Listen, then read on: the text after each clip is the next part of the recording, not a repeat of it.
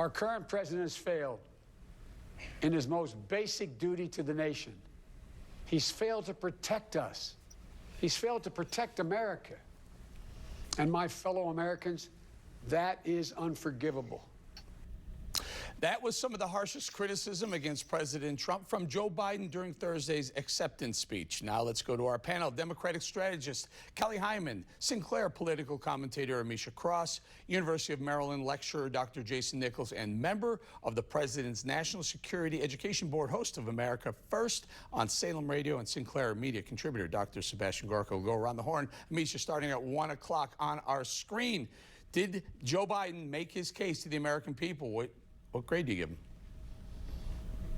Absolutely. I think that Joe Biden spoke very strategically, very openly, and he was honest about the failures of the Trump administration and what that means for the future of America. I personally was glad to hear him say it. I don't think that it can be said enough, just the trajectory that Trump has taken this nation on, in particular the move toward authoritarianism and the dismantling of the American ideals that we all hold so near and dear.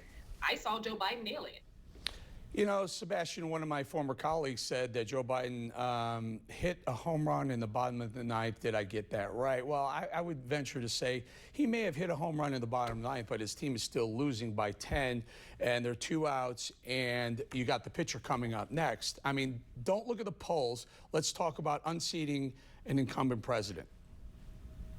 Yeah, it's really disappointing. First things first, to have a comedian who played being vice president, MC the evening, make jokes about the vice president, who's one of the most amazing politicians, one of the most honorable men in the swamp, and then to have this preachiness from Joe Biden, a man who is corrupt, who has been clearly struggling with his own cognitive issues, an individual preached to us about his religiosity and his Catholicism. This is a man who supports late-term abortions. This is a man who, in his speech yesterday, said, there will never be a miracle. I guess Joe Biden hasn't read the Bible, or he's not as good a Catholic as he thinks he is. So disappointment all around. At the end of the day, it is not going to convince anybody to vote for him who wasn't already voting for him. And that's the whole point about conventions. Big bust, Eric. Big bust. You know, Jason, I watched that speech, and it was emotional. I'll give him credit.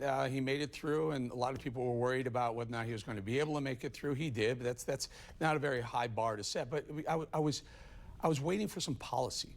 I don't think I heard one policy initiative in that speech. I heard what a great guy is, and his path and his heartfelt emotional pleas, but I didn't hear anything policy-wise. Did you?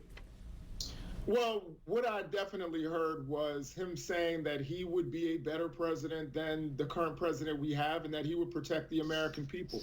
We have to remember that 5,000 people died in the Iraq War, but 170,000 in just a few months have died from this pandemic.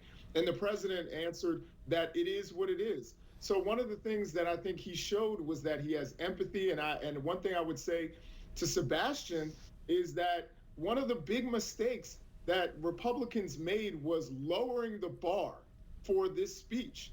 And he came through and gave the speech of his life, which again made them look really bad. And I think that, your analogy, your baseball analogy is way off when you have an incumbent who's actually down in every poll. They have a poll, Jason. Come on, Jason. Polls don't matter. People matter. Voting matters. Polls didn't matter in 2016. They won't matter this year as well. But let me get back to, I'll let Sebastian answer you, but I asked you a question did you see any policy?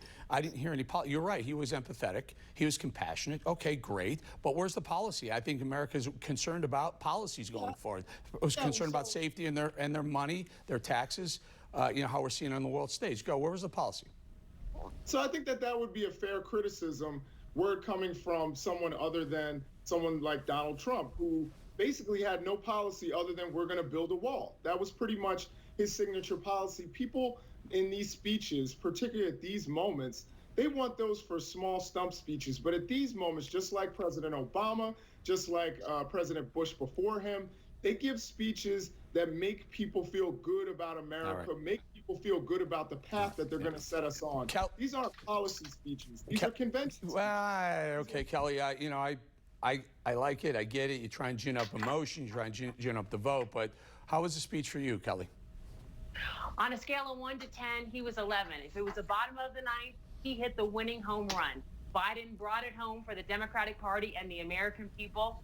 And there's no doubt in my mind that he is going to be the new president in 2020. Okay, so just for the record, it's not over. He didn't hit any winning home run. The game is still playing. Sebastian, I'll let you respond to a couple of criticisms. Go for it.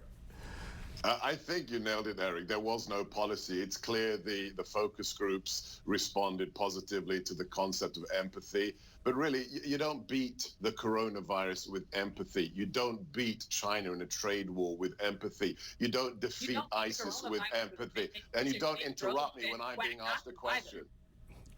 Why do you interrupt me every single time, Amisha? Finish the thought, Sebastian. Finish the thought. And to say that he doesn't have policies, really?